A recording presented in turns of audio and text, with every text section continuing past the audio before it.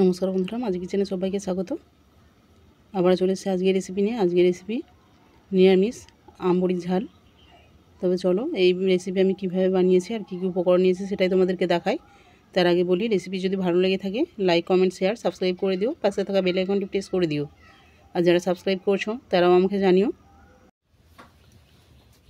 নিরামিষ আম বড়ির ঝাল বানানোর জন্য আমি এইখানে নিয়েছি সজনে ডাঁটা, আলু আর আম।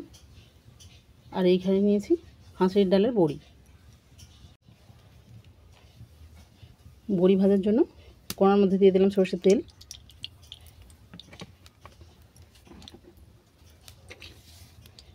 তেল গরম হয়ে গেছে, এর মধ্যে বড়িটাকে তুলে দিচ্ছি।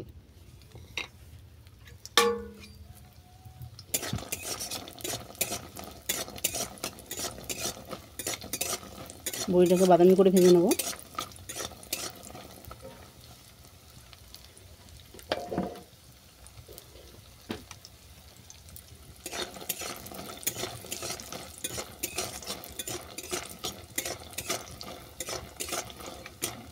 বড়িটা দেখো বাদামি করে ভাজা হয়ে গেছে। এটা আমি তেল থেকে নামিয়ে নিচ্ছি।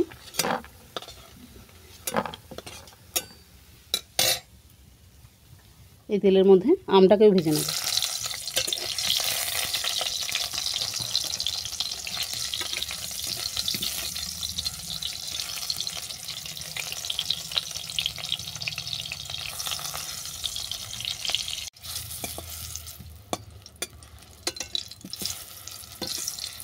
দেখো আমটাকেও বাদামি করে ভেজে নিয়েছি।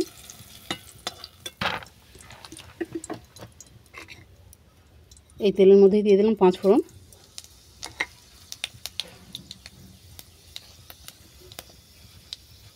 কেটে রাখা আলু,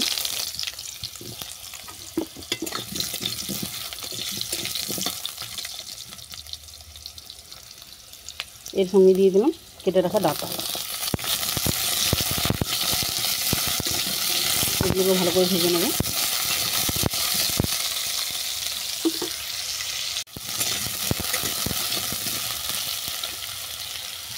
ভালো করে ভেজে নেওয়ার পর দিলাম স্বাদ মতো লবণ, গুঁড়ো হলুদ, দিলাম লঙ্কার গুঁড়ো, জিরে বাটা আর দিলাম পোস্ত বাটা।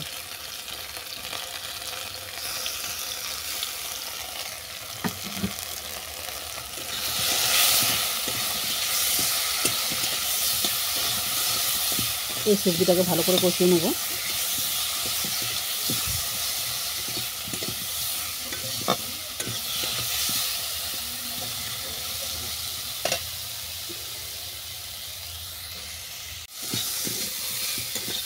ভালো করে কষিয়ে নেওয়ার পর দিয়ে দিলাম মশলা বাটা জল।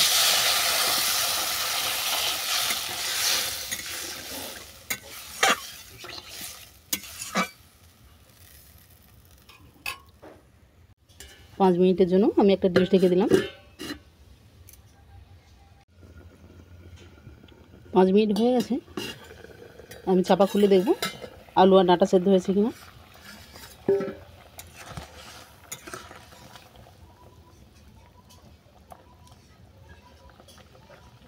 দেখো আলু ভালোভাবে সেদ্ধ হয়ে গেছে। এরপর তুলে দিলাম ভেজে রাখা বড়ি আর ভেজে রাখা আম।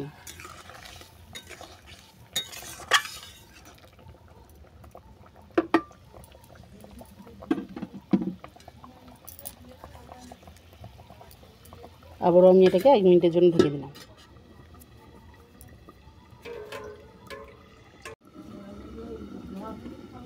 এক মিনিট হয়ে গেছে, এরপর আমি চাপাটা খুলে নেব।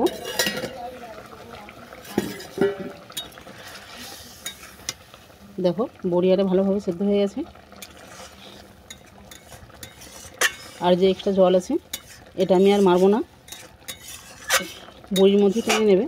এর থেকে বেশি মারতে গেলে তখন আবার চচ্চড়ি হয়ে যাবে, তখন আর ঝাল থাকবে না। এই অবস্থাতে আমি তরকারিটা নামিয়ে নিচ্ছি।